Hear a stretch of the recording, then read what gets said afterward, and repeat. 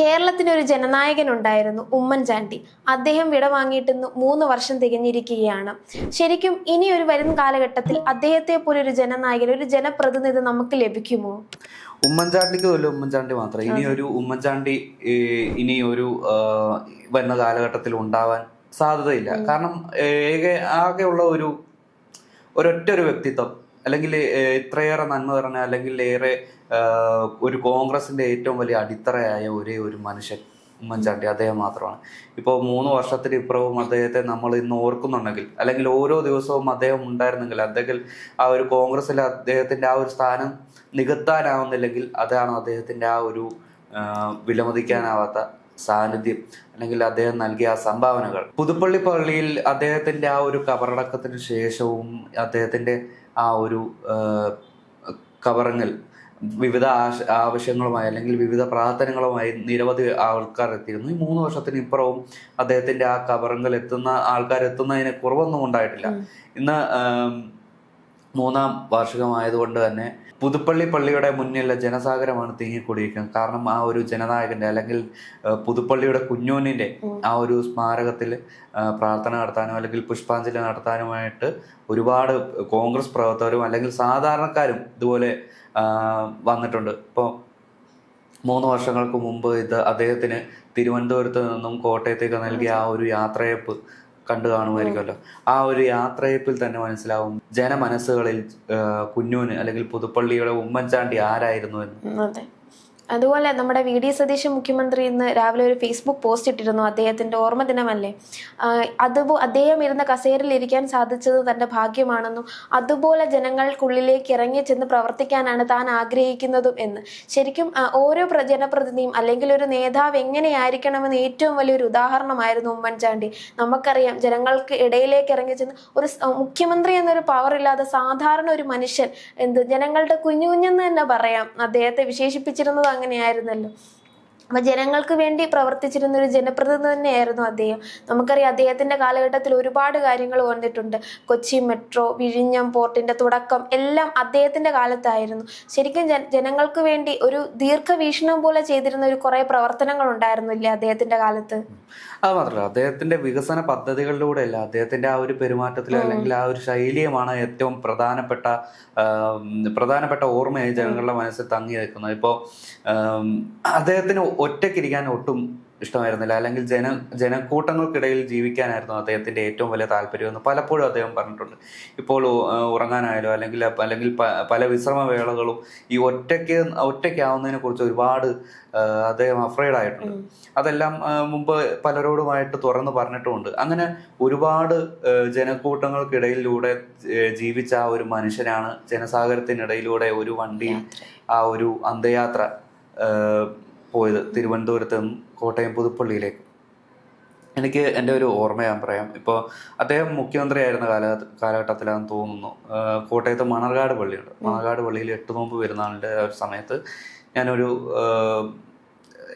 സുഹൃത്തുക്കളൊപ്പം പോയിരുന്നു. അങ്ങനെ അവിടെ ആ ഒരു പള്ളിയിൽ കറങ്ങി നടക്കുന്നതിനിടയ്ക്ക് ഒരു വെള്ള കതറും വെള്ളം കൊണ്ടുകൊടുത്ത ഒരു മനുഷ്യൻ, ഒരു വയോധികനായിട്ടുള്ള ഒരു മനുഷ്യൻ പുരോഹിതന്റെ കൂടെ ഇങ്ങനെ നടക്കുന്നു. ആ സമയത്തൊന്നും ചുറ്റും ഒരു പോലീസോ ഒരു കാര്യങ്ങളോ ഒരു ബഹളമോ ഒന്നുമില്ല. അന്ന് അദ്ദേഹം ആ ഒരു കേരള മുഖ്യമന്ത്രിയായിരുന്നു. അപ്പോഴാണ് എൻ്റെ അടുത്തേക്ക് പറഞ്ഞത്, നമുക്ക് ഉമ്മൻചാണ്ടിയുടെ കൂടെ ഒരു ഫോട്ടോ എടുത്തിട്ട് വരാം എന്ന് പറഞ്ഞ് വേഗം തള്ളി അദ്ദേഹത്തിന്റെ അടുത്തേക്ക് പോയി സംസാരിച്ച അദ്ദേഹം സംസാരിക്കുക സാധാരണ ഈ ഒരു പ്രായമുള്ള ഒരു മുതിർന്ന മനുഷ്യൻ സാധാരണ യുവാക്കളോട് സംസാരിക്കുന്ന രീതി, അല്ലെങ്കിൽ ഒരു വളരെ പരിചയമുള്ള ഒരു ആൾക്കാരോട് സംസാരിക്കുന്ന രീതിയിലായിരുന്നു അദ്ദേഹം ഞങ്ങളോട് സംസാരിച്ചത്. അതെനിക്ക് ഇപ്പോഴും ഓർമ്മയുണ്ട്. വർഷങ്ങൾക്ക് മുമ്പ് നടന്ന കാര്യമാണ്. അന്നാണ് ഈ ഒരു മുഖ്യമന്ത്രി ആദ്യമായിട്ട് ഞാൻ ഒരു മുഖ്യമന്ത്രിയുടെ അടുത്ത് ചെല്ലുന്നതും അല്ലെങ്കിൽ സംസാരിക്കുന്നതും അല്ലെങ്കിൽ അദ്ദേഹത്തിനോടൊപ്പം അടുത്ത് ഇടപഴകാൻ കിട്ടുന്നതും ആദ്യമായിട്ട് എനിക്ക് കിട്ടിയ ഒരു അവസരമാണ്. അതായത് എനിക്ക് ഇന്നും ഓർമ്മയുണ്ട്. ഇതുപോലെ ചെറിയ കുട്ടികളിൽ വരെ ഇദ്ദേഹത്തിന് ഒരു സ്വാധീനം ഉണ്ടാക്കാൻ കഴിഞ്ഞു എന്നുള്ളത് അദ്ദേഹത്തിന്റെ ജനകീയത വർദ്ധിപ്പിക്കുന്ന ഒരു കാര്യമാണ്. അത് മാത്രമല്ല, അദ്ദേഹത്തിന്റെ ആ ഒരു ഇടയ്ക്ക് സോഷ്യൽ മീഡിയയിൽ ഒരു പോസ്റ്റ് വൈറലായിരുന്നു. അതായത് ഉമ്മൻചാണ്ടിയും ഭാര്യയും വീഡിയോ കോൾ വിളിച്ചൊരു കുട്ടി ഉമ്മൻചാണ്ടിയെ അനുകരിക്കുന്ന ഒരു വിഷ്വൽ ഓർമ്മയുണ്ടല്ലോ. അതൊക്കെ വെച്ച് നോക്കുമ്പോൾ ഒന്ന് ആലോചിച്ച് നോക്കൂ. ഈ ചെറിയ കുട്ടികളിൽ വരെ ഉമ്മൻചാണ്ടിയുടെ ആ ഒരു രൂപവും അല്ലെങ്കിൽ അലങ്കോലമാക്കിയിട്ടിരിക്കുന്ന മുടിയും അല്ലെങ്കിൽ വല്ലാത്ത ആ ഒരു വയോധിക രൂപവും എല്ലാം ആ കുട്ടികളിൽ ഇത്രയേറെ ഇൻഫ്ലുവൻസ് ഉണ്ടാക്കിയിട്ടുണ്ട്, അത്രയേറെ അനുകരിക്കാൻ ശ്രമിച്ചിട്ടുണ്ട്. ഈ ഒരു ലാളിത്യത്തിന്റെ മുഖമായിരുന്ന ഉമ്മൻചാണ്ടിയുടെ മുഖം. കുട്ടികൾ മാത്രമല്ല, മുതിർന്നവരിൽ പോലും. കാരണം ഒരു പാർട്ടി, കോൺഗ്രസ് പാർട്ടിയിലെ നായകൻ അല്ലെങ്കിൽ ഒരു പാർട്ടി പ്രവർത്തകൻ എന്ന രീതിയിലായിരുന്നില്ല ജനങ്ങൾ അദ്ദേഹത്തെ സ്നേഹിച്ചിരുന്നത്. പാർട്ടി പോലും നോക്കാതെയായിരുന്നു അദ്ദേഹത്തിനോട് എല്ലാവരോടും. ഏത് പാർട്ടിക്കാരനാണെങ്കിലും ഉമ്മൻചാണ്ടി എന്നൊരു വ്യക്തിയോട് ആർക്കും ഒരു എതിർപ്പോ ഒരു വൈരാഗ്യമോ ഉണ്ടായിരുന്നില്ല. അത് അദ്ദേഹത്തിന്റെ സവിശേഷത തന്നെയാണ്. അത് തന്നെയാണ് നമ്മൾ മടക്കയാത്രയിൽ, അദ്ദേഹത്തിന്റെ യാത്രയിലും നമ്മൾ മരിച്ചന്നത്തെ ദിവസം തിരുവനന്തപുരം തൊട്ട് കോട്ടയം വരെ നമ്മൾ കണ്ടതും അത് തന്നെയായിരുന്നു. ജനസാഗരം തന്നെയല്ലായിരുന്നു. ഓരോയിടത്തും ഒരു വ്യക്തികൾ കാണാനായിട്ട് കൊതിച്ചു വന്ന് നിൽക്കുകയാണ്. അതുപോലെ അദ്ദേഹത്തിന്റെ വിയോഗവും എല്ലാവരെയും വിഷമിപ്പിച്ചൊരു ദിവസമായിരുന്നു അന്ന്. ആ സമയത്ത് ഞാൻ കോട്ടയത്ത് തന്നെ ജോലി ചെയ്തിരുന്നു, വർഷങ്ങൾക്കിപ്പുറം. അതായത് ഈ 3 വർഷങ്ങൾക്ക് മുമ്പ് ഞാൻ കോട്ടയത്ത് തന്നെ ജോലി ചെയ്തിരുന്ന ഒരു സാഹചര്യമല്ല. അദ്ദേഹത്തിന്റെ മൃതദേഹം ഇത്ര സമയത്ത് കോട്ടയത്ത് എത്തും, അവിടുന്ന് നേരെ പുതുപ്പള്ളിയിലേക്ക് എത്തും എന്നുള്ളൊരു അറിയിപ്പ് ലഭിച്ചതിന് ശേഷം ഞങ്ങൾ മണിക്കൂറുകളോളം അല്ലെങ്കിൽ രാത്രി വൈകിയും ഞങ്ങൾ ഇതുപോലെ കാത്തിരുന്നു. പക്ഷെ എന്നിട്ടും ഈ വാഹനം ജനത്തിരക്കുകളിൽ നിന്ന് കടന്ന് കോട്ടയത്തേക്ക് പറഞ്ഞ സമയത്തിനപ്പുറം മണിക്കൂറുകൾക്ക് ശേഷമാണ് എത്തുന്നത്. അപ്പൊ ആ തിങ്ങിക്കൂടിയ ജനസാഗരത്തിന് ആ ഒരു അവസാനമായിട്ട് ഇദ്ദേഹത്തെ ഒന്ന് കാണണം എന്നുള്ള ഒരു ആഗ്രഹം, ആ ഒരു ആഗ്രഹമാണ് അദ്ദേഹത്തെ ആ ഒരു യാത്ര ഇത്രയേറെ താമസിക്കാൻ കാരണമായത്. മാത്രമല്ല, അദ്ദേഹം കൈപിടിച്ച് ഈ കേരള അല്ലെങ്കിൽ ഈ കോൺഗ്രസ് രാഷ്ട്രീയത്തിലേക്ക് അല്ലെങ്കിൽ കേരള രാഷ്ട്രീയത്തിലേക്ക് ഉയർത്തിക്കൊണ്ടുവന്ന ഒരുപാട് ജനപ്രതിനിധികളുണ്ട്.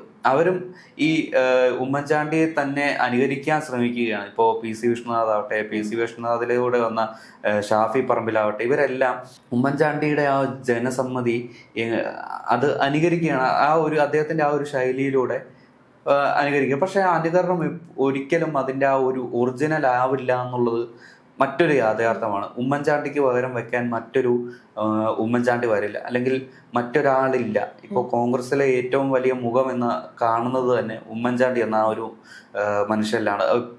മരിച്ച് മണ്ണടഞ്ഞ് 3 വർഷം ഇപ്പുറവും ആ ഒരു ഉമ്മൻചാണ്ടിയുടെ ആ ഒരു വിയോഗം കോൺഗ്രസിൽ ഇപ്പോൾ തന്നെ ഇപ്പോഴും ആ ഒരു കസേര ഇപ്പോഴും ഒഴിഞ്ഞു കിടക്കുകയാണ്.